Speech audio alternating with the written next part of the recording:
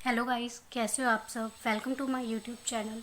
आज हम करने वाले हैं एक टॉपिक इंटरनेशनल इकोनॉमिक्स का, that is world trade organisation WTO। WTO क्या करता है? ये फ्री ट्रेड को क्या करता है? प्रमोट करता है among its member nation.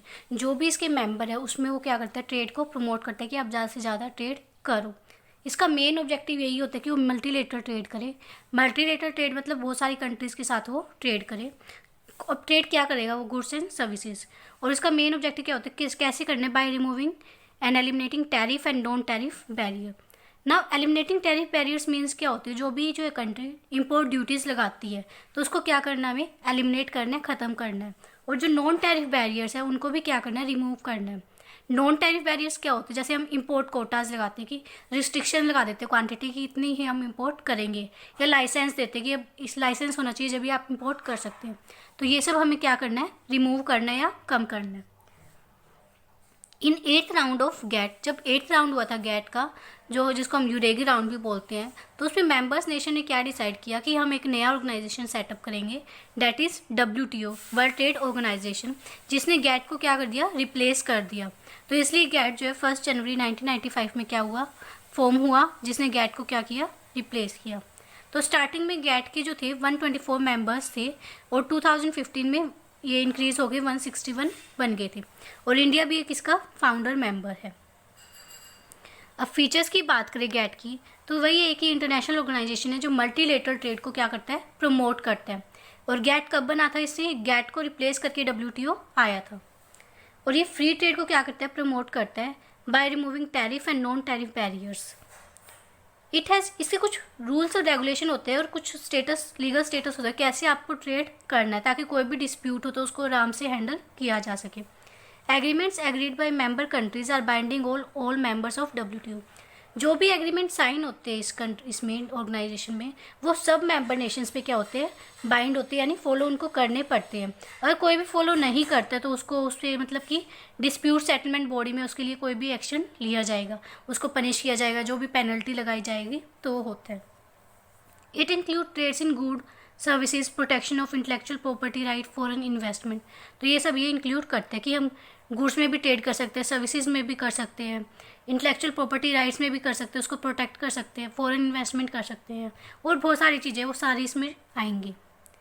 Unlike international monetary fund और वर्ल्ड बैंक, WTO जो है यूनाइटेड नेशन का एजेंट नहीं है। और IMF और वर्ल्ड बैंक को छोड़ के इसमें क्या होता है?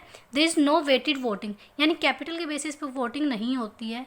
इसमें क्या होता है? इक्वल वोटिंग राइट होती है, 1 person 1 member 1 vote, 1 country 1 vote.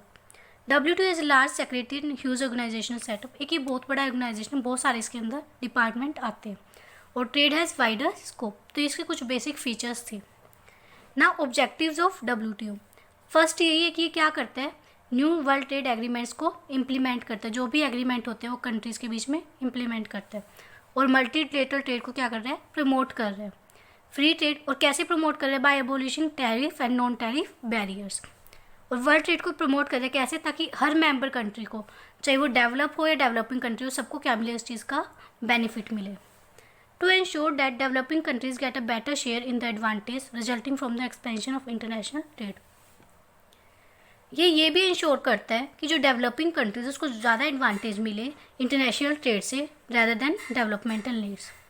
ये सारी हर्डल्स को, जो भी बीच में उनकी दिक्कतें आती हैं, उन सबको क्या करता है? रिमूव करता है और ट्रेड को प्रमोट कर रहा है। To enhance competitiveness among all trading partners और टू बेनिफिट कंज्यूमर। और ये कम्पिटिटिवनेस बढ़ा के कंट्रीज़ के बीच में बेनिफिट करता है कंज्यूमर्स को, ताकि इनको ज़्यादा से ज़्यादा प्रोडक्ट मिले, अच्छी क्वालिटी के प्रोडक्ट कम प्राइस पर मिले। ये क्या करता है? प्रोडक्शन का लेवल भी इंक्रीज़ करता है और प्रोडक्टिविटी भी बढ़ाता है, with a view to increase the level of employment in the world. और ये जो रिसोर्सेज है उसको भी अच्छे से क्या करता है? एक्सपैंड करता है, उसको अच्छे प्रॉपरली यूटिलाइज करता है। और ये स्टैंडर्ड ऑफ लिविंग भी क्या करता है? इंक्रीज़ करता है। और ये डेवलपमेंट ऑफ पुअरेस्ट नेशन, जो डेवलप नेशन नहीं है, डेवलपिंग नेशन है, या जो पुअर कंट्री है, उनको भी क्या करता है? स्पेशल स्टेप्स लेता है ताकि वो ज़्यादा से ज़्यादा डेवलप्ड हो। अब है फंक्शंस ऑफ WTO। तो फर्स्ट यही फंक्शन है कि क्या करता है? कोड ऑफ कंडक्ट एक सेटअप करता है जिसमें वो टैरिफ और नॉन टैरिफ बैरियर्स को रिमूव करता है, WTO एग्रीमेंट्स को इम्प्लीमेंट करता है और इंटरनेशनल ट्रेड को एडमिनिस्टर करता है। IMF और वर्ल्ड बैंक के साथ भी क्या करता है? कोऑपरेट करता है और सेटिंग ट्रेड रिलेटेड डिस्प्यूट, एक डिस्प्यूट सेटलमेंट बॉडी होती है जो कि सारे रिलेटेड डिस्प्यूट को सोल्व करती है। रिव्यूइंग ट्रेड रिलेटेड, और एक TPRB होता है, ट्रेड पॉलिसी रिव्यू बॉडी, जहाँ पर कोई भी पॉलिसीज़ होती है उसको क्या किया जाता है, रिव्यू किया जाता है। और ये टेक्निकल असिस्टेंस भी प्रोवाइड करता है किसी भी कंट्री को, और acting as a forum for trade liberalisation. I hope आपको ये WTO को समझ में आया होगा। Thank you.